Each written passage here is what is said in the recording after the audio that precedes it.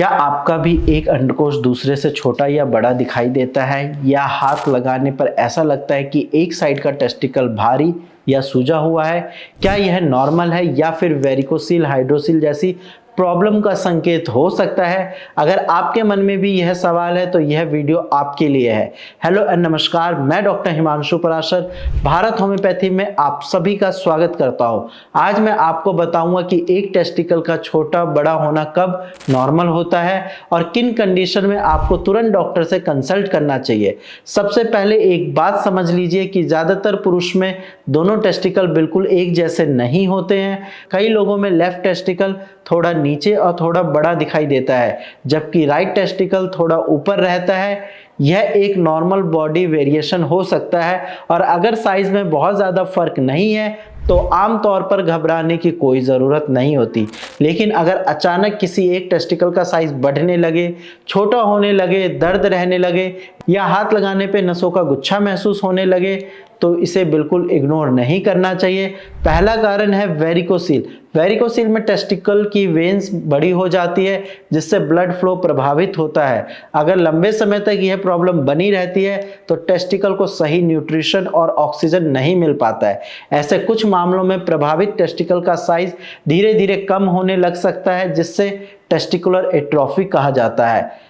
इसके साथ दर्द, भारीपन या नसों का गुच्छा महसूस होना भी कॉमन सिम्टम्स हो सकते हैं। दूसरा रीजन है हाइड्रोसिल या इन्फेक्शन।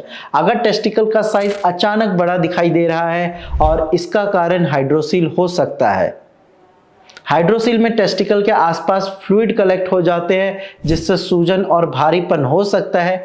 इसके अलावा किसी इन्फेक्शन या एपिडिडमाइटिस की वजह से भी कुछ लोगों के लिए स्वेलिंग आ सकती है। अब इन्फेक्शन ठीक होता है तो स्वेलिंग कम होने पर कई लोगों को लगता है कि टेस्टिकल छोटा हो गया है, जबकि कई बार वह अपने नॉर्मल साइज में वापस आ रहा होता है। तीसरा कारण है इंजरी या दूसरी कंडीशन। अगर पहले कभी टेस्टिकल पर चोट लगी हो या लगातार दर्द, स्वेलिंग या अचानक साइज में बदलाव महसूस हो रहा हो तो इसे हल्के में नहीं लेना चाहिए। बहुत कम मामलों में दूसरी मेडिकल कंडीशन भी इसका कारण हो सकती है, इसीलिए सही जांच कराना जरूरी होता है। कौन सा टेस्ट कराना चाहिए? अगर आपको लगता है कि साइज में फर्क महसूस हो रहा है, दर्द या फर्टिलिटी को लेकर चिंता है तो डॉक्टर की सलाह से अल्ट्रासाउंड, स्क्रोटम और ज़रूरत पड़ने पर सीमेन एनालिसिस करवाया जा सकता है। इन टेस्ट से यह समझने में मदद मिलती है कि वेरिकोसिल, हाइड्रोसिल या कोई दूसरी प्रॉब्लम तो नहीं है।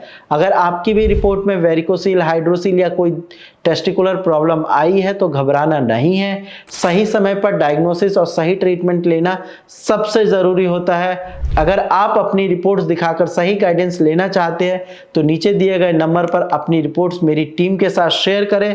हमारी टीम आपको फ्री कंसल्टेशन देगी और आपकी कंडीशन के अनुसार सही गाइडेंस देने की पूरी कोशिश करेगी। आज की वीडियो में बस इतना ही। मैं डॉक्टर हिमांशु पराशर मिलूंगा आपसे नेक्स्ट वीडियो में, तब तक के लिए धन्यवाद।